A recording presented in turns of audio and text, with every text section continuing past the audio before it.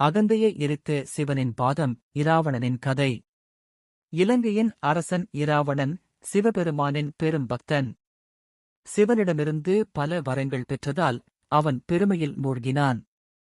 இப்பொழுது என்னால் முடியாதது ஒன்றும் இல்லை என அகந்தையுடன் வாழ்ந்தான். ஒருநாள் அவன் கைலாசமலைக்கு சென்றான், சிவபெருமானின் தியான இடம்.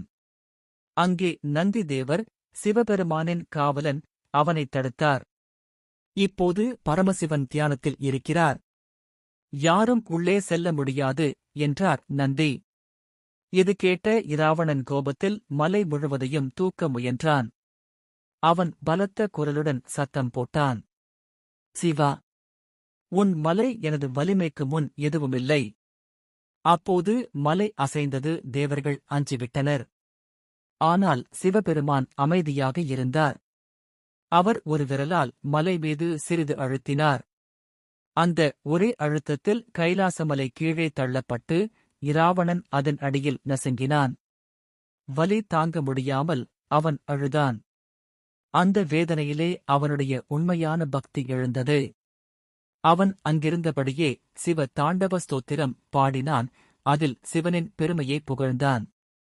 அந்த பாடலால் சிவபெருமான் மகிழ்ந்தார். அவர் மலை உயர்த்தி இராவணனை விடுவித்தார்.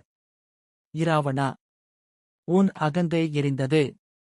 ஆனால் உன் பக்தி உன்னை அழியாதவனாக ஆக்கும் என்றார் சிவபெருமான்.